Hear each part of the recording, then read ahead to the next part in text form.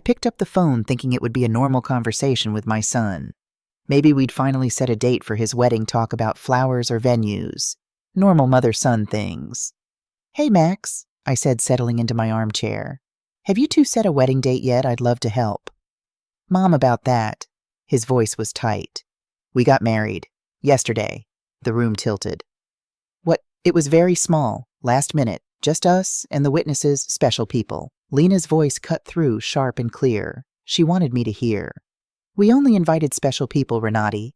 Special people. I sat there in my living room where I'd raised Max alone after his father died, and those 2 words rewrote 3 years of my life.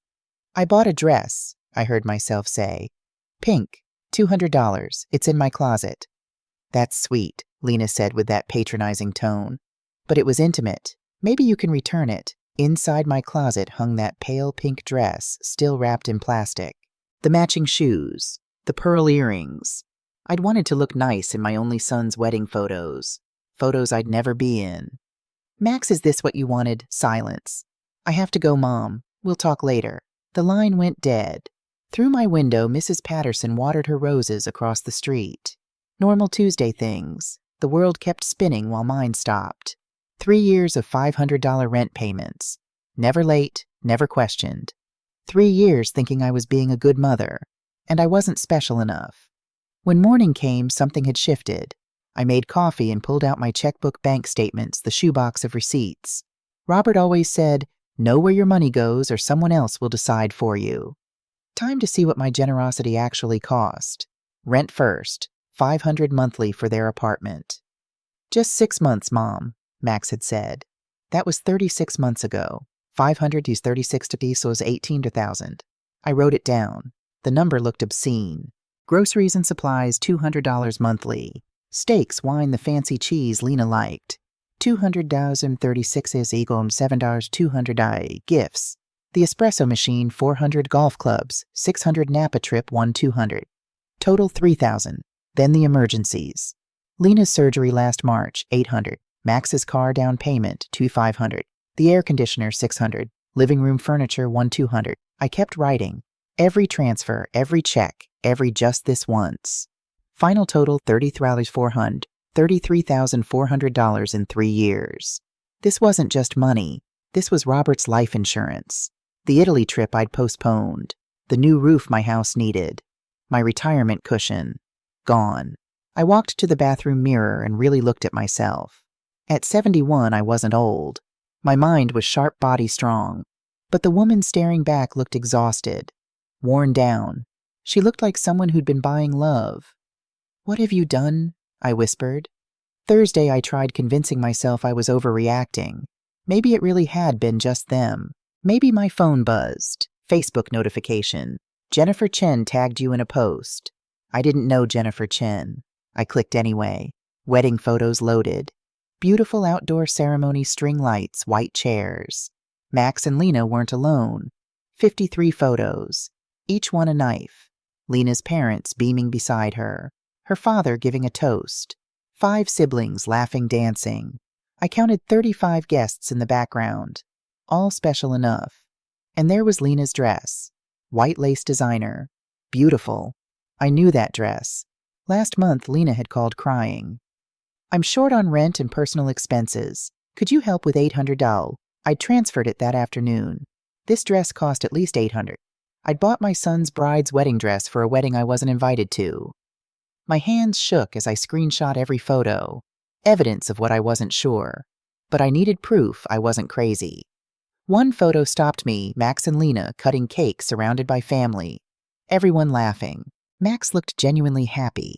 He hadn't looked at me like that in years. When had I become the obligation instead of his mother? I walked to my closet, took out that pink dress, and laid it across the kitchen chair next to my calculations. $33,400, 200. Special people. The tears finally came. 7 days of silence. No calls, no texts. Learning to breathe underwater. Max texted twice. "Mom, are you okay?" Then just Mom. I didn't respond. On day 7, my phone rang. Lena. "Renati, thank God. The rent is overdue. 2 days late. The landlord's threatening eviction if we don't pay by Friday. You forgot the transfer." I sat down slowly. I didn't forget. "What day?" I chose not to make it. Renati, we need that money. We're counting on you. Last Tuesday, after learning about the wedding, I calculated exactly how much I've given you. $33,400. Silence. That includes the dress you're wearing in those beautiful Facebook photos. I was going to tell you, you said you only invited special people, so I've decided I only help special people. The silence was so deep I could hear my heartbeat. You can't do this. We have bills, commitments. We planned our life around your support. Then adjust your plans. Muffled sounds. Then Max's voice. Mom, what's going on? Don't be childish. Childish. The word escaped sharp and bitter. I'm 71. I've given you over $33,000. I wasn't special enough for your wedding. The money stops now. Mom, we need that money. We have obligations. So do I. To myself. I hung up and powered off my phone completely. My hands shook. My chest was tight. But underneath the pain and fear, I felt something else. Freedom. Friday morning, 6 a.m. I dressed in my good navy pants and white blouse. Business clothes. I was at First National Bank when they opened. Mr. Klein stood when he saw me. Mrs. Richter, how can I help the regular transfer? I need to cancel all automatic transfers. His smile faltered. Cancel all of them. Every single one. He sat down slowly. Is everything all right? You've had these for 3 years. I know exactly how long. I placed my purse in my lap. That's why I'm canceling them. He studied my face. Mr. Klein was good at his job because he understood people. Should I ask what happened? They got married last week. Small ceremony. Didn't invite me. Understanding crossed his face. I see. I need to cancel transfers, change passwords, remove any authorized access to my accounts. We spent 30 minutes securing everything. No automatic transfers, no shared access. 2-factor authentication enabled. All set, he said, finally printing confirmations. Your accounts are completely secure. As I stood to leave, he leaned forward. Mrs. Richter, can I say something? Of course. I've processed a lot of transactions for you these 3 years. More than once I've wondered if everything was okay. He paused. I'm glad you came in today. I'm glad you're protecting yourself. Something about his genuine concern from someone who barely knew me made my throat tight. Thank you. That means more than you know. Walking out, I felt lighter than I had in years. My phone was off. My accounts were secure. My money was finally mine. For the first time in 3 years, I had no obligations to anyone but myself. I got home around 11 a.m. 3 cars were parked on the street, Max's Honda, Lena's Nissan, and a black BMW I didn't recognize. My stomach dropped. Through the window, I saw movement inside my house. They had keys. Just in case of emergency, Mom. I unlocked the door and stepped inside. Max sat on my couch, head in hands. Lena paced by the window, and a stranger in a gray suit sat at my dining table with my papers spread out. My papers. My bank statements. My personal documents. What is happening here? All 3 turned. Renati, thank God. Lena rushed forward. This is Mr. Fisher, a family law attorney. We need to talk about this situation. What situation? I walked to my table, grabbed my papers. And how did you get in? Mom, we still have keys, Max started. You're going through my private documents without permission. Mr. Fisher stood smoothly. Mrs. Richter, your children are concerned about your well-being. The sudden behavioral changes, irrational financial decisions, I felt it important to assess the full picture. Behavioral changes. Max looked up, eyes red. You cut us off without explanation. Won't answer calls. Blocked our account access. That's not like you. Maybe you don't know me, Max. Lena stepped forward. Renati, we're worried. Cutting us off without warning, refusing to communicate, these are signs of confusion. At your age, cognitive decline happens suddenly. I am not confused, Mr. Fisher interjected smoothly. No one's saying that, but your family has rights to intervene if your decision-making capacity is impaired. He pulled out a folder. We've prepared documents. A power of attorney allowing Max and Lena to manage your finances. Temporary until get out. Mom, no. You broke into my house, went through my papers, brought a lawyer to call me incompetent. Leave, now. Mr. Fisher placed the folder on my table. Mrs. Richter, I encourage you to review these. They're in your best interest. I picked up the folder, walked to the kitchen, and dropped it in the trash. That's my answer. Lena's face went red. You're being ridiculous. What's ridiculous is funding your wedding dress for a ceremony I wasn't invited to. I turned to Max. What's ridiculous is my son threatening me with lawyers instead of apologizing. Max's jaw tightened. I did apologize. Did you? I remember intimate. I remember special people. I don't remember sorry. His face darkened with that teenage frustration.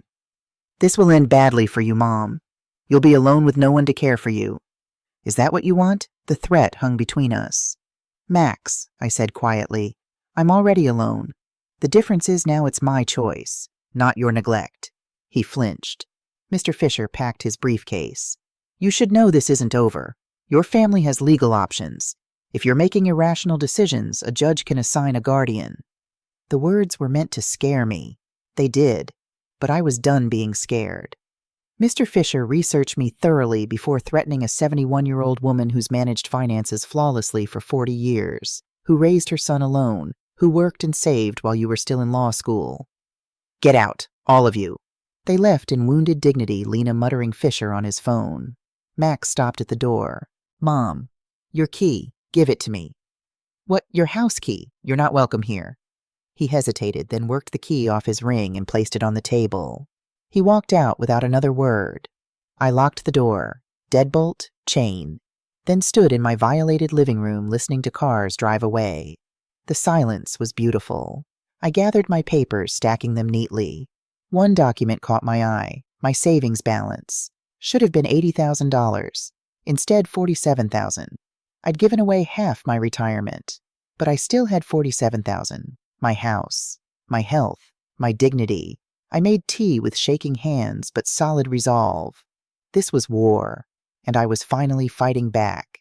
Monday morning I called the only lawyer I knew. Mr. Weber had handled Robert's will 15 years ago, a kind man with silver hair and honest eyes.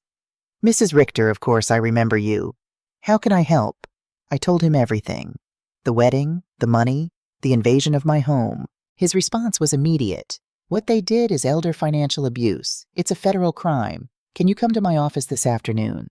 2 hours later, I sat across from him as he reviewed my documentation. Every receipt, every transfer, every bank statement. $33,000 in 3 years, he said quietly. Mrs. Richter, with this money, you could have lived comfortably. Traveled, enjoyed retirement. I know.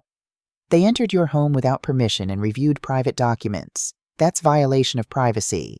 The fact they brought a lawyer to pressure you into signing power of attorney, he shook his head. We need to protect you. Immediately. What do I do? First, we change all your locks today, not tomorrow today. Second, install security cameras.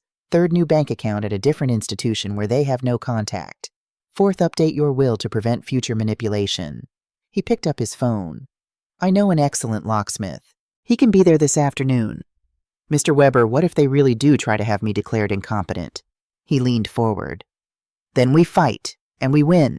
You're clearly competent. I can see that just talking to you. But we'll need documentation. I'll arrange a psychiatric evaluation with Dr. Moore.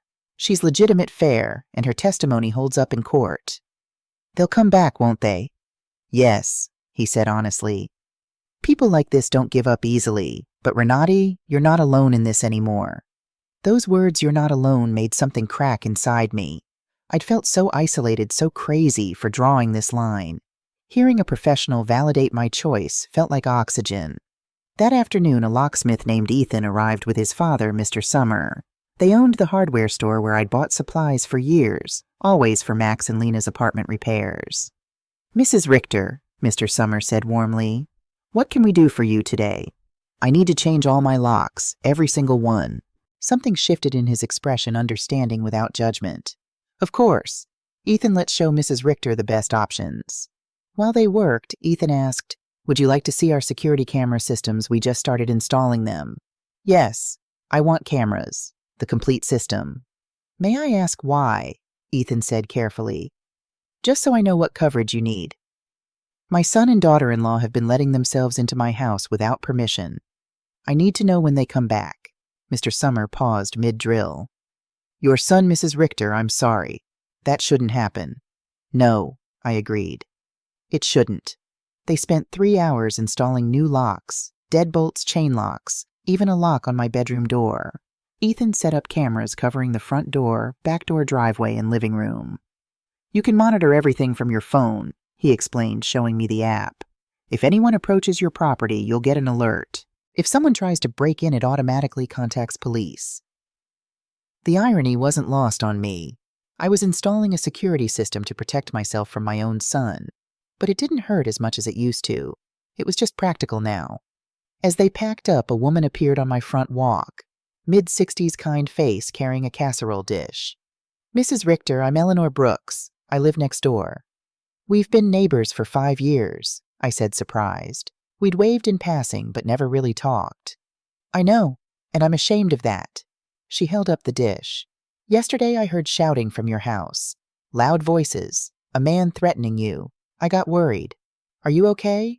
Something about her genuine concern, a near stranger caring more than my own family, made my eyes burn. Would you like to come in for coffee? I have a story you won't believe. We sat in my kitchen and I told her everything. Eleanor listened without interrupting, nodding occasionally. When I finished, her eyes were wet. Mrs. Richter, you did the right thing. Did I? He's my son. I went through something similar with my daughter 5 years ago. She stirred her coffee slowly. I also thought it was my duty to finance her adult life.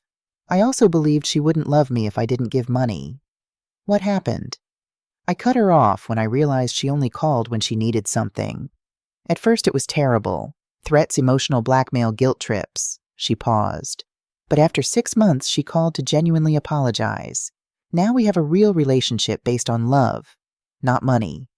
You think Max might understand eventually? Maybe, maybe not. She reached across the table, squeezed my hand. But that's no longer your responsibility. Your responsibility now is living your own life. That night I went to bed without worrying about Max and Lena's rent, their food, their whims. I thought about myself, my plans, my future. I slept better than I had in years. The harassment started Tuesday. My phone rang constantly, unknown numbers. Lena calling from different phones since I'd blocked her. I developed a new skill, ignoring calls completely. Then the text started, Mom, please, we need to talk. We can fix this. Max, Renati, the landlord, filed eviction papers. We have 10 days. Please. Unknown number, Lena. You're really going to let us become homeless? Max, I didn't respond to any of them. Wednesday afternoon, my phone rang from a number with my area code. Against my better judgment, I answered. Renati, Lena's voice sweet and pleading. Don't hang up, please. I'm calling from a friend's phone because you blocked me. What do you want, Lena? I want to apologize. Really apologize. The wedding thing, it was wrong. I was stressed and anxious and I said something cruel. Max and I have been talking and we want to make it up to you. I said nothing. How about we have dinner, a special celebration of our marriage, but with you this time? We could do it at your house, cook together like we used to. Like family. Like family. As if we'd ever been that. Lena, how much do you owe in rent? Silence. Then 2 months, $1,000 total. But that's not why I'm calling Renate. We really miss you. Do you miss me or my money? To her credit, she was honest. Both. I won't lie. Yes, we need your help financially. But we love you too. You're important to us. If I'm so important, why wasn't I at your wedding? When was the last time you called just to ask how I was doing? She couldn't answer. We both knew, never. Lena, let me explain this once. For 3 years, you've treated me like an ATM with feelings. You used me. You humiliated me. You insulted me in the worst possible way. Renate, please. No, you made your choice at that wedding. Now I'm making mine. I hung up and immediately blocked the new number. But the campaign didn't stop. Thursday, I found a handwritten note on my doorstep. Mom, I love you. I'm sorry. Please call me. We can work this out. Max. Friday, flowers arrived. Expensive roses with a card. To the best mother-in-law in the world.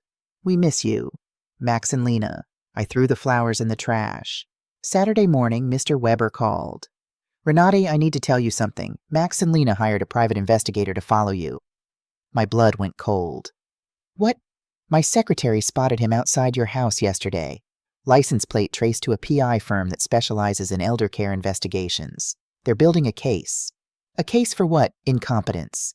They're documenting your behavior, looking for anything they can use. The cameras, the new locks, even you throwing away those flowers, they'll twist it to look like paranoia. So what do I do? Live your life normally. Don't let them intimidate you. The cameras work both ways. They're also documenting any harassment. Just be careful. After we hung up, I looked out my window. Was someone watching right now, taking photos, writing notes about my erratic behavior? I closed the curtains and tried not to feel like a prisoner in my own home. Monday, Mr. Weber called again. We have a problem. They're lining up witnesses. What kind of witnesses? People who'll testify about your concerning behavior. I've got names, Mr. Davis, from across the street, and your pharmacist, Mr. Green.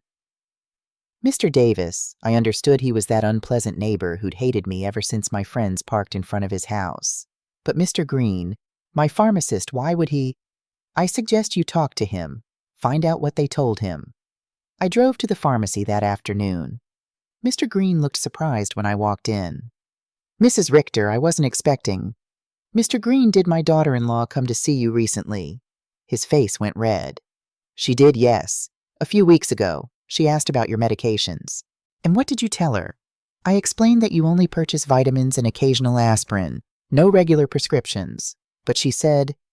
He trailed off, uncomfortable. What did she say? She said you were acting strangely and she was worried, that your lack of proper medications was concerning. She had this document, asked me to sign it, confirming your irregular medication purchases. He looked miserable. I thought it was for health insurance. Mrs. Richter, I had no idea it was for a lawsuit. So you signed it? It seemed harmless at the time. She said it was just confirmation that you weren't taking prescribed medications regularly. He grabbed my hand across the counter. I'm so sorry. What can I do? Write a statement. Explain exactly what happened, that you were deceived. Of course, immediately. That evening I decided to confront Mr. Davis myself. I walked across the street and knocked on his door. He opened it with obvious hostility. What do you want, Mr. Davis? I understand you signed a statement about my behavior. That's right. You've been acting crazy for weeks. Can you be specific? Installing cameras like you're in a war zone. Strangers visiting constantly. Yelling at your family in the street.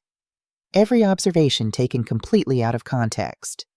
Mr. Davis, I installed cameras because my son and daughter-in-law broke into my house without permission. The strangers are friends, and I was defending myself from people trying to steal from me. That's what a crazy person would say, he replied coldly. There was no reasoning with him. Thank you for your time, Mr. Davis. Back home, I reported everything to Mr. Weber. Good, he said. We have Mr. Green's correction. Mr. Davis is clearly biased. This is manageable. But lying in bed that night, I wondered how many other people had they approached. How many other witnesses were out there ready to testify that I was incompetent? Wednesday morning, my doorbell rang. The cameras showed a well-dressed young woman with a folder and professional smile. Something about her posture screamed official business. I opened the door cautiously. Yes. Good morning. Are you Mrs. Renati Richter? I am. She showed me credentials. I'm Mrs. Schmidt, a social investigator from the Office of Senior Services. We received a report that you may be in an at-risk situation. I need to conduct a wellness check. My heart dropped. They'd escalated. This wasn't just private lawyers anymore, they'd involved the government. May I see that ID again? She handed it over. It looked legitimate. Can I come in and talk to you? Every instinct screamed to refuse, but that would look worse. Yes. She sat in my living room, pulled out forms. Mrs. Richter, we've received reports that you've shown significant behavioral changes. You've cut off communication with family, made drastic financial decisions, and installed unnecessary security systems. We've also been told you refused medical and legal help from loved ones. These behaviors suggest possible cognitive impairment. Every word carefully chosen to make me sound demented. Miss Schmidt, I'd like to call my lawyer before answering questions. Ma'am, this isn't a legal interrogation. It's a wellness check. If you have nothing to hide, I'm calling my lawyer. You can wait or come back later, but I won't answer without legal representation. Her professional smile tightened. I called Mr. Weber. He was there in 20 minutes. When he saw Mrs. Schmidt, his expression hardened. Miss Schmidt, I hope you have a court order. My client is under legal representation and any unauthorized investigation constitutes harassment. Sir, we have reports from concerned family members about the lady's well-being. What family? Weber cut in. The same family that tried to obtain power of attorney through coercion, that broke into her home without permission, that's been financially exploiting her for 3 years. He pulled out his folder, placed it on the table. Here's documentation of elder financial abuse. $33,400 withdrawn over 3 years. Systematic social exclusion. Emotional blackmail. If anyone needs investigating, it's not my client. Mrs. Schmidt reviewed the documents, discomfort growing on her face. The information she'd been given clearly didn't match reality. Mrs. Richter, she said finally, can you explain why you stopped supporting your son? Because I finally understood they were using me. I wasn't a mother to them. I was a bank account. But don't you feel responsible for helping family? The question infuriated me. Miss Schmidt, my responsibility as a mother was to raise my son to 18, to educate him, give him tools for independence. My son is 35, married, and perfectly capable of supporting himself. Financing his adult life isn't responsibility, it's choice. And I chose to stop. Weber interjected. Would you consider it normal for a 35-year-old to be unable to pay rent without his 71-year-old mother's help? Mrs. Schmidt didn't answer immediately. She was reevaluating everything. Mrs. Richter, do you manage your own finances? Completely. I can show you bank statements, investments, tax payments, everything current and in order. Do you live independently? As you can see, I keep my house clean. I drive my own car. I maintain healthy social relationships. Any medications? Just vitamins, occasionally aspirin. No conditions requiring medication. Weber added, my client recently underwent comprehensive medical exams. She's in perfect mental and physical condition. I have the documentation here. Mrs. Schmidt closed her folder. Mrs. Richter, based on this conversation and documentation, I see no indication of impairment or need for intervention. I'll close this case. After she left, Weber and I sat in silence. This won't stop, I said quietly. No, they're desperate and spending money they don't have on professionals. But Renate, we anticipated this. We're prepared. What's next? They'll probably file a formal lawsuit for incompetence. It's expensive and hard to win, but if they find a sympathetic judge, he trailed off. They could take everything. They could try, but we have evidence you're completely competent and they're motivated by greed, not concern. That night I called my sister Diana in Chicago. We'd lost touch because every conversation had become me bragging about how much I spent on Max and Lena. Renate, sister, how are you? I told her everything. Her response, it was about time. Every time we talked, it broke my heart hearing you measure love in dollars.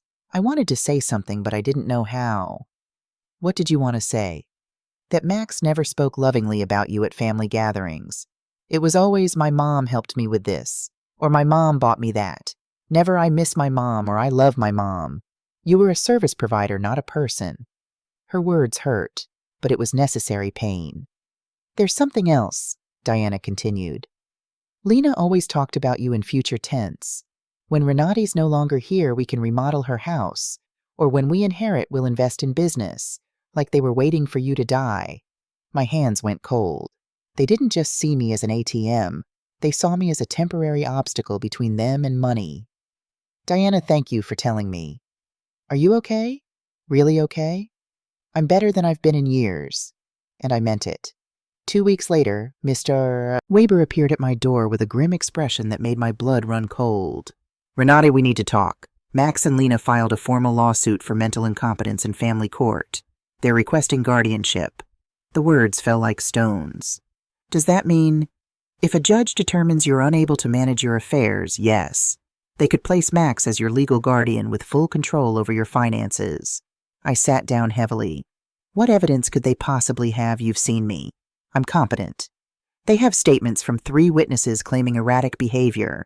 They also submitted unpaid doctor's bills you supposedly neglected and medications you supposedly hoarded without taking. But that's a lie. I don't have unpaid bills or hoarded medications. I know. They fabricated evidence. They also cite your refusal to see Dr. Lehman, their hired psychiatrist, as proof of mental decline. The manipulation was diabolical. My refusal to submit to their scheme had become evidence of incompetence. Who are the 3 witnesses? Weber checked his documents. Lena, obviously. Mr. Davis, your neighbor, and someone claiming to be your pharmacist, Mr. Green. But we already have Mr. Green's correction statement. Exactly. Their case is weak. But Renati, they're serious about this. They've spent thousands on lawyers and investigators. They won't stop until they either win or run out of money. What do? We need our own psychiatric evaluation. I know Dr. Moore, she's an expert in assessing mental capacity. Her testimony is respected in court. And if they've somehow bribed the judge... Weber leaned forward. The legal system isn't perfect, but it's not completely corrupt. We have solid evidence of your competence and their financial motivations. We're going to fight this, and we're going to win. The next day I went to Dr. Moore's office. She was in her 50s with kind but sharp eyes. Mrs. Richter, I'll ask questions and conduct tests to assess your mental capacity. Take your time and answer honestly. For 2 hours, she tested my memory, reasoning ability, financial understanding, and emotional health. Cognitive tests, mathematical problems, logic puzzles. Mrs. Richter, she said at the end, your results are well above average for your age. You're not only competent, your cognitive function is excellent. Doctor, why do you think my family is doing this? Based on what you've told me and documents I've reviewed, this appears to be classic elder financial exploitation. Unfortunately, it's more common than people think. Adult children sometimes see aging parents as obstacles to inheritance rather than people deserving respect. I left feeling validated but also profoundly sad. Professional confirmation of my mental health was relief, but it also confirmed this lawsuit was real and necessary. That evening, Eleanor organized an emergency meeting with our friend group women I'd met through her, Maria, Carmen, Alfreda. All had experienced similar family betrayals. When I told them about the incompetence lawsuit, everyone was outraged. Renate will testify for you, Maria said immediately. We've spent weeks with you. Anyone can see you're doing great. Better than great, Carmen added. You're clearer and stronger than most 40-year-olds I know. Alfreda, 80 years old, with fierce eyes, took my hands. My dear, what your children are doing isn't new. For generations, greedy children have tried declaring parents insane for money. But you have something many victims didn't have: documentation, legal support, and friends who can testify. Do you know what the saddest thing is? I said. Even if I wanted to forgive everything, there's no going back from this. They've destroyed any possibility of reconciliation. And maybe that's for the best, Cynthia replied. At least now you know exactly who they are. That night, for the first time since this nightmare began, I really cried. Not from sadness, but from grief. I mourned the son I thought I had, the dream of loving family, the illusion that unconditional love was reciprocated.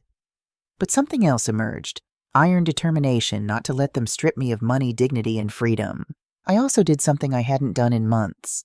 I drove to the cemetery where Robert was buried. His grave looked neglected. I hadn't been there to clean it in so long. I sat on the grass beside his headstone. Robert, my love, I think I lost myself after you left. I put all my energy into Max. I wanted to be the best mother, but I forgot to be myself. The wind blew gently. Our son has become someone I don't recognize. Or maybe he always was, and I didn't want to see it. The money you left for my peaceful retirement, I spent it on them. But not anymore. I've learned. I cleaned his grave, replaced withered flowers with fresh ones. I'm finding my way back to myself. I wish you were here to see it. Driving home, I felt lighter, like I'd finally said goodbye to the woman who'd measured her worth in dollars. 3 weeks until the trial.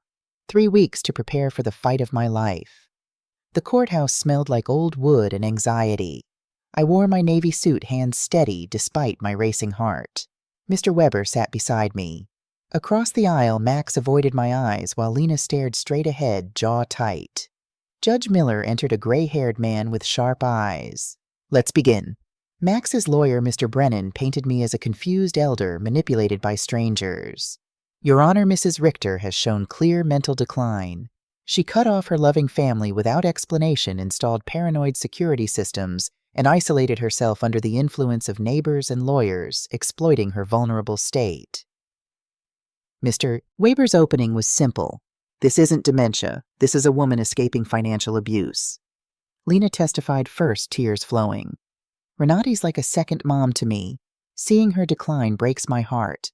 We just want to help her get proper care. Weber's cross-examination was surgical. Mrs. Schuster, when did you last call my client without asking for money? Lena stammered. We talked about many things. A specific date, please. Silence. Is it true you told her she wasn't special enough for your wedding? That was taken out of context.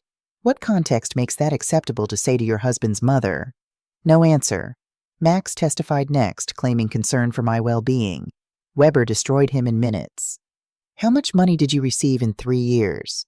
I don't remember exactly. Does $33,400 sound right? Max's face went red.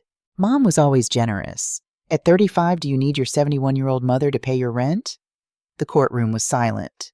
Mr. Davis testified about my paranoid cameras and erratic behavior. Weber pointed out he'd never actually spoken to me and based everything on superficial observations. Then came our witnesses. Mr. Green explained how Lena tricked him into signing a false statement. Dr. Moore presented my cognitive test results. Excellent mental function. Well above average. Eleanor and my friends testified about my clarity and strength. Finally my turn. Weber guided me through the story, the $33,000, the wedding humiliation, the home invasion. Why did you stop supporting them? He asked. Because I finally understood it wasn't love. It was a transaction. Do you regret it? I only regret it took me so long. Brennan's cross-examination tried to break me. Isn't it true your new friends influenced this decision? For the first time in years, I have relationships based on respect, not money. Don't you feel obligated to help family? I raised my son to 18, gave him education, values, love. He's 35 and married. My obligation is fulfilled. Then Brennan pulled out new documents. Your Honor, I have evidence of a medical bill from 2 years ago. Mrs. Richter paid $3,200 for Mrs. Schuster's emergency surgery. My stomach dropped. I remembered that. Lena had called crying about needing immediate surgery. However, Brennan continued, we have proof this surgery never happened. Wait, what? Weber stood quickly. Your Honor, may I see that evidence? Brennan handed over papers, looking smug. But as Weber read them, his expression changed from concern to cold satisfaction. Your Honor, these documents actually prove my client was defrauded. He held up printouts. Facebook posts from the same weekend Mrs. Schuster claimed to be having emergency surgery, posted from Miami Beach. Hashtag best spa weekend ever. The courtroom erupted in gasps. There was no surgery, Weber continued. Mrs. Richter was lied to and gave $3,000 for a luxury vacation. Lena's face went white. Max closed his eyes. Judge Miller's expression turned to stone. Judge Miller deliberated 2 hours. When he returned, the courtroom held its breath. After reviewing all evidence, Mrs. Renate Richter is in full possession of her mental faculties. Professional evaluations confirm excellent cognitive competence. Her financial decisions, while painful for her family, are completely rational and within her rights. Relief flooded through me. Furthermore, the judge continued, voice hard, evidence suggests this lawsuit is motivated by financial interest, not genuine concern. The revelation of fraud fabricating a medical emergency to obtain money is particularly disturbing. He looked directly at Max and Lena. Request for guardianship is denied. Additionally, plaintiffs will pay all court costs. I'm issuing a restraining order. You must stay 500 feet from Mrs. Richter. Any future contact must be through attorneys only. Max looked at me one last time. Was that regret in his eyes, or just defeat? They left. Eleanor squeezed my hand. You won, but it didn't feel like winning. It felt like the final death of a family that had never really existed. 3 months later, I sold my house and moved to a modern apartment downtown. Donated $15,000 to an elder abuse prevention organization. Took art classes. Traveled to Italy, that bucket list trip I'd postponed for them. I volunteered at a senior center helping others in similar situations. Eleanor became my best friend. Garden Club met weekly. One afternoon painting in my sunny apartment, I thought about Max as a little boy, the way he'd hugged me tight after nightmares. You're the best mom in the world. When had that changed? Or had I just been blind? I felt a pang of loss, but also relief. I loved him, I said aloud to my empty apartment. But I love myself more now. 6 months after the trial, a letter arrived. No return address. Handwritten. My hands shook as I opened it. Mom, Lena, and I are separated. I'm getting divorced. I've been in therapy. My therapist asked, why did you need your mother's money? The truth is, Lena wanted the lifestyle. I was too weak to say no to her, and too weak to stand up for you. She's the one who said only special people. I should have defended you. I didn't. That makes me just as guilty. I'm not asking for money. I'm not asking for forgiveness. I just wanted you to know I see it now. You were right about everything. I hope you're happy. You deserve to be. Your son, Max. I sat with that letter for a long time. Cried different tears, not of betrayal, but complicated relief. Called Mr. Weber. If Max reaches out, tell him, I need more time, but maybe one day. I didn't respond to the letter. Healing takes time. Forgiveness isn't automatic. But for the first time, there was a crack in the door. Not open, just not completely sealed. 1 year later, my art show opening. The Price of Love collection paintings of my journey. Eleanor, my garden club friends, Mr. Weber, they all came. The gallery was full of laughter and wine and life. I stood before my favorite piece, Liberation. Abstract reds and golds, wild and free. What are you thinking? Eleanor asked. I smiled. That I'm finally home. In myself. Through the gallery window, I saw the city lights. 72 years old. No family left, really. But surrounded by people who loved me, for me not my bank account. My phone buzzed. Unknown number. I glanced at it, probably spam, and put it away without checking. Some calls you just don't need to answer. I turned back to my painting, to my friends, to my new life. They say you can't buy love. I learned something harder. You can't give it away to people who don't value you. But you can give it to yourself. And that's priceless.